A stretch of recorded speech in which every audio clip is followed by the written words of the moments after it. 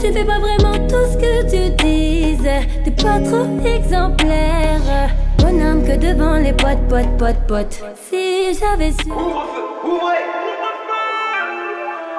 On est chez DMG Le Lab. C'est là où on top line, on fait des prods, on compose, on enregistre. Aujourd'hui, c'est une émission spéciale. D'accord? Aujourd'hui, les femmes sont à l'honneur dans OVF. Et ça, c'est très, très, très important. King. Donc, avec nous, on a Kissy qui va lead l'émission. On a Lina Mayem qu'on ne présente plus, qui a balancé son album Femme Forte il y a de ça 2 mois, c'est ça à peu près? Ouais. À peu près 2 mois. On a Johanna qui est avec nous, qui est présidente de l'association Féminine en Basket. On a Poupou qui va nous faire la prod de ce soir. Et puis, on va recevoir aussi DJ Ayane en live Instagram, voilà, qui est animatrice sur le Move et DJ. Et puis, on a eu DJ Ata qui a fait la warm-up jusqu'à 21h30 là. Archi lourd, SO DJ Ata. On passe tout de suite au talk show, au VF. C'est la 8e. Faut-il séparer l'œuvre de l'artiste? Quand on prend de l'âge, on prend une certaine maturité. Je pense que ça, c'est une action qu'on ferait plus étant bien jeune. De se dire, ah non, il a fait ça, bah, je l'écoute plus. T'as pratiquement 10 nouveaux artistes chaque jour. Ça veut dire, en fait, t'as vraiment le choix. Mais en soi, quand t'as appris à grandir avec un artiste, de par sa musique, de par ce qu'il dégage dans ses clips, ou même l'image que nous, on connaît à travers une télé ou des réseaux, personnellement, la musique, c'est la musique. Et lui, ce qu'il fait, c'est son problème. Moi, personnellement, je pense que l'artiste, il est intimement lié à son œuvre, en vrai. Je pense que ça dépend plus après des actions, en vrai, qui lui sont reprochées. Moi, ma position par rapport à ça, clairement, un mec comme Polanski, qui a des accusations de pédophilie, il a rien à faire dans le paysage, tu vois, que ce soit audiovisuel, rien. Mais après, si c'est des trucs, on va dire de la vie de toujours que nous, en fait, on vit plus ou moins tous les jours. Comme là, je voyais, il faisait toute une histoire par rapport à Vladimir, Aya Nakamura, machin, parce que je leur disais, frère, ça, c'est leur vie privée, ça. Il y a des destins brisés comme ça. Moi, je pense que ça dépend. Il y a des actes qui sont quand même impardonnables. Je pense que quoi qu'il arrive, c'est que ça reste toujours le public qui tranche. Moins les artistes ont de costumes et d'armures quand ils se présentent au public, et moins ils ont cette chance, justement, je pense, d'être mis à gauche parce que tout d'un coup, ils auraient fait une action, quelque chose qui sort du cadre. Quand tu fais des textes, tu dis des fois, je peux pas trop dire ça, il faut que je calme sur là-dessus. Bon, après, moi, je suis pas comme ça, de nature. Voilà, je suis pas comme ça. Et puis moi, j'ai grandi avec la génération Wallen, Kaina Samet, voilà, les vrais sons qui t'apprenaient des choses de la vie. Et, des donas, des choses comme ça. Voilà, tu vois. Voilà, c'est des thèmes très très forts, mais c'est tellement bien écrit, et c'est joli à entendre qu'en fait, tu te dis pas waouh. On quand même dit sexe banalisé. Tu sais, ça glisse tout seul parce qu'en vrai, tu vois, c'est tellement bien écrit que ça passe. C'est le message qui passe au-delà des mots. En fait. Voilà, c'est ça en fait. J'ai l'impression qu'il y a un regain justement où là, des artistes comme toi et d'autres vont reparler directement aux petites sœurs, tu vois. Et j'ai l'impression qu'il y a une brèche pendant très longtemps par rapport à ça. Et je trouve ça archi lourd en vrai. C'est vrai que moi je te rejoins. J'ai l'impression qu'il y a une petite génération de femmes qui arrivent en tout cas et qui font du texte. Tu as cité Wallen, parce que moi je suis une génération aussi où j'ai grandi avec Wallen. Et ça fait du bien du coup de retrouver des tonalités de ma jeunesse. Un peu R&B, on va dire. C'est ça, parce qu'en fait, avant ça, franchement, moi, enfin, ce n'est que mon avis, mais c'était gavant en fait d'écouter tout le temps de la musique commerciale, en fait, de la musique facile. Et quand il y avait trop de musique facile, nous, on n'avait plus de place, en fait. On n'avait plus de place du tout, en fait, pour mettre des mots là où les femmes, elles avaient envie d'entendre certaines choses, ou même les hommes, parce qu'en soi, vous faites trop les blagueurs, genre. Mais vous écoutez ça fort, d'accord. Et on sait que ça les touche fort aussi. Bien sûr. Ça les faire, les voilà, c'est toi qui prends ce soir, t'es foutu. T'es le représentant. Johanna, donc, qui est présidente de l'association Féminine en Basket. Je voulais que tu nous parles un petit peu de cette association et en quoi ça consistait. Alors, c'est une association que j'ai créée il y a 4 ans. C'est parti d'une conversation avec une copine, on buvait un verre. J'étais en robe, en basket. J'avais une veste. J'ai eu une réflexion par rapport au fait que j'avais des baskets et une robe. Et donc, avec mon amie, ce jour-là, on a discuté de ça et on faisait le point autour des sneakers, parce que moi, ça fait partie de ma vie depuis des années. Et on a fait un point et on s'est dit, ouais, effectivement, les sneakers, c'est pas forcément bien vu. Au travail, en bureau, et que tu commences à avoir un certain statut, c'est problématique. Quand tu vas en soirée, que t'es une femme, tu dois rentrer dans des cases. C'est plein de petites choses comme ça. On a lancé une page Facebook. Au début, ça n'a pas trop fonctionné. Et ensuite, un groupe qui a été beaucoup plus interactif. Et en fait, on s'est rendu compte qu'il y avait énormément de nanas qui rencontraient des problèmes par rapport à ça. Et bien plus profond, en fait. Ça se limitait pas à la paire de baskets, mais on s'est rendu compte que la femme, on rentrait dans un stéréotype. Dans un code. Une femme, ça doit s'habiller comme ça doit se comporter comme ça doit faire telle profession. Et dès que tu sors un petit peu du moule, t'es pointé du doigt, etc. Et du coup, on a très vite eu envie d'aller à la rencontre de ces personnes qui nous envoyaient des messages de remerciements, alors que pour nous, c'était juste un groupe qu'on avait créé. Et on a fait l'élection, donc féminine en basket, où il n'y a aucun critère physique qui rentrait en compte. Donc là, pareil, tu as des nanas qui se sont présentées et qui nous disent merci parce que avec le physique que j'ai, tu vois, c'est des femmes quand même qui sont touchées à l'intérieur et qui se disent, avec le physique que j'ai, j'aurais jamais osé me présenter à une quelconque élection. Et là, grâce à vous, je me permets de le faire. Ça tue. Et quand en fait, tu reçois ce genre de message, alors que toi, à la base, c'est parti d'une conversation avec une copine autour d'un verre, tu te dis, finalement, ton message, il est peut-être plus profond que ça et il peut aider des personnes. La sneaker, c'est le point de départ, mais on s'interdit souvent de faire des choses. Quand j'ai vu qu'il y avait une beatmaker qui était invitée, moi, j'ai kiffé parce que ça rentre exactement dans les choses et les valeurs que je défends. Tu vois, et quand je vois aussi qu'il y a des chanteuses qui reviennent dans la culture urbaine, moi, ça me fait plaisir, des DJs. Je suis contente parce que ça veut dire qu'on pousse des portes. On y va. Mais t'as vu la cover de mon album? Non, alors non. Pile dans le thème. Dans le thème. Non. Toujours ma paire de sneakers avec moi. Ouais. Oui, écoute. Ouais.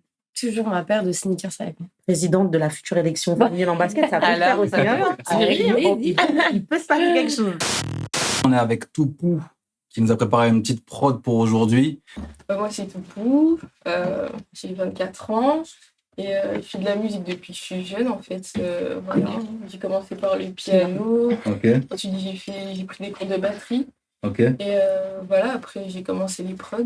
Ça fait peut-être 3-4 ans. Je travaille sur quoi? FL Studio.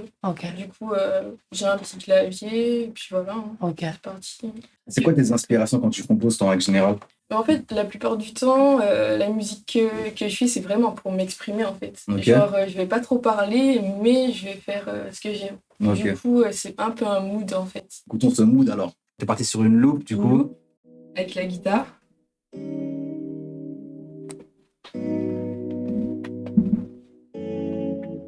Ensuite, j'ai ajouté des voix.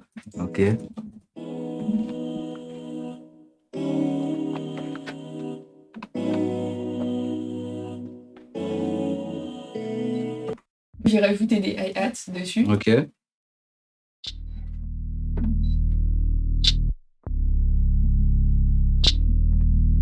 Après, j'ai rajouté une snare, du coup, simple. Et voilà, après, ça tourne.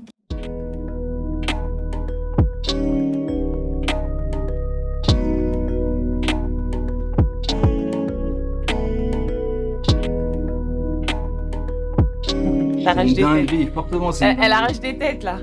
C'est ça. Mettez plus de femmes dans votre vie. Je suis déjà dans mes idées, les gars. Ça y est, t'es inspirée. Je suis dans mes idées. Du coup, comment tu sélectionnes tes prods? Est-ce que pour toi, l'émotion, c'est super important dans une prod? Il faut que ça touche vraiment, Après, ça dépend ce que tu veux faire, tu vois. La musique, comme on en parlait tout à l'heure, d'enjaillement, dedans, il n'y a pas trop d'émotion, tu vois. Tu veux parler d'un thème, vraiment d'un vrai thème, aborder un vrai sujet, là, t'es obligé de...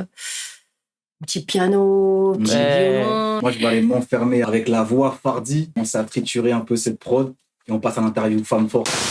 Donc là, on va parler de ton dernier projet qui s'appelle Femme Forte. Il y a 1 mois et demi, mon Et oui, c'est ça que j'allais te dire. T'as fait une promo particulière pour cet album? Ça change des sorties d'albums. Ça change des promotions, tout ça. Donc, c'est cool. Tu t'as pas vraiment menti. C'était ton bébé, quand même. C'est mon bébé, c'est mon premier enfant. Donc, du coup, tu considères que Femme Forte est ton premier album? Ouais, c'est mon premier album. Et LM, pourquoi? Pour toi, c'est... Une mixtape. Ouais, c'est comme une mixtape. C'est pas quelque chose qui a été défendu et c'est pas quelque chose que j'ai réalisé entièrement. Donc, voilà pourquoi j'estime que Femme Forte est mon premier album. Majoritairement, à l'arrière, c'est moi. Mais après, je fais aussi confiance hein, parce que, voilà, comme beatmaker, vous avez des belles idées généralement. Donc, on fait confiance aussi. Après, voilà, quand on aime moins, bah, on essaye de travailler ensemble. Mais des fois, je me laisse guider aussi par leur aura, quoi. Donc voilà. Mais sinon, après, au niveau des textes et top line, c'est moi. Chose qui n'était pas dans l'ancien projet anciennement, quoi. Purple. Yes. Comment c'était venu de parler de ça de cette manière-là Je suis pas forcément à l'aise avec. Non, mais je pense que ça touche. Ça touche énormément de personnes, malheureusement. Plus qu'on ne croit. Exactement. Et ça, je l'ai vu à la sortie de ce titre-là. Avec les retours qu'on m'a fait. Voilà, c'est un titre qui parle des violences faites aux femmes, du viol et de l'harcèlement scolaire ou au travail. Donc, c'est vrai que c'était assez délicat. Mais tu sais, généralement, on a beaucoup plus de facilité à parler d'une chose qui nous est pas forcément arrivée au sens contraire. Je sais pas pourquoi ce thème-là, il m'est venu en tête. Après, c'est vrai. On a tout au moins une personne dans notre entourage qui a subi. Et puis voilà pourquoi je me suis lancée dans ce titre-là. Bonhomme que devant les potes. Si j'avais su, je connais la technique. Ah ouais, que des fausses pistes. Ah ouais, gentleman en plastique. En vrai de vrai, que tu m'esquives. Arrête. Hein. On a maintenant avec nous DJ Ayane. J'ai envie de faire une petite présentation de toi pour ceux qui ne te connaissent pas. C'est pour moi l'une des pionnières. En tant que femme DJ dans le milieu urbain. T'es peut-être même l'une des premières à avoir été en Afrique grâce à tes platines, à faire fait le tour du monde sur la scène. Est-ce qu'on t'a fait de la place ou est-ce qu'il a fallu que tu batailles pour en arriver là? Il faut se battre. En plus, quand t'es une femme, il faut se battre 2 fois plus. Surtout dans le milieu masculin. Moi, il y a beaucoup d'hommes avec 80%. Il faut faire sa place. Et il faut continuer en plus. Tu t'es bien battu, aujourd'hui t'es sur Move, t'es très exposé. Comment t'es passé du DJing à l'animation? Ça s'est fait tout seul du coup. Très bonne question. De base, j'étais DJ pour Move. C'était le Move Live Club, exactement. Et en fait, c'était 1 heure de mix où je mixais. On me demandait juste c'est quoi les sons que tu vas mettre, etc. Et ensuite, on m'a proposé l'émission R&B avec Amy. Au début, c'est vrai que j'avais un peu peur, j'étais un peu timide, j'étais pas très à l'aise. Et au fur et à mesure, c'est vite détendu. J'ai vu les petites vidéos de vous deux. Est-ce que tu penses que les DJ, ils ont encore un rôle majeur dans l'émergence d'un artiste? C'est différent par rapport à avant, parce qu'aujourd'hui, avec Internet, les streamings et tout ce qui se passe, c'est plus facile de diffuser un son. Mais c'est vrai que le DJ, il est important. C'est les DJ qui jouent ton son en club, c'est eux qui choisissent ou non de ne pas le jouer. Donc oui, c'est important, même en radio, dans les émissions SP. Vous ressentez que le public a changé ou est différent ou consomme autrement ou vient à vous différemment? Bon, on va dire qu'il n'y a plus trop de sons d'enjaillement. On en parlait tout à l'heure justement, on avait l'impression qu'il y avait un peu un retour au son à thème. Et du coup, toi, comment est-ce que tu es arrivé justement dans ce monde-là, dans le monde du DJing? On va dire que j'ai commencé dans le rap. Après, dans la danse hip-hop, j'étais. Tu rappelles. Battle, New Style, etc. Donc j'étais à fond.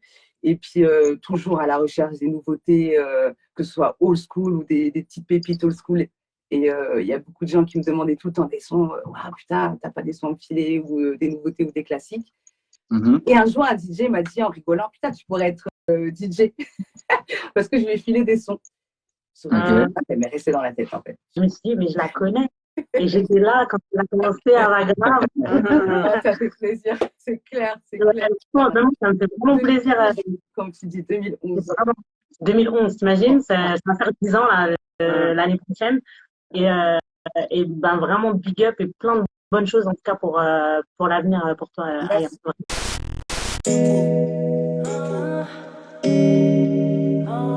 Yeah.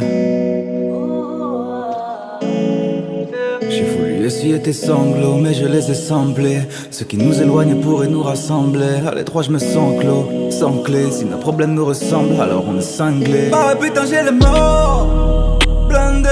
Contrôle de police à toutes les portes, on a conjuré le sort. Laisse tomber, c'est pas parce que t'as raison que j'ai tort. Ah ouais, tu connais, je visais la relation stable, j'ai misé sur la qualité. Laisse-les claquer leur oseille dans tes relations tarifées. C'est le contrôle, j'ai tout planqué. À ta santé, y'aura pas de plan B, de plan C, non.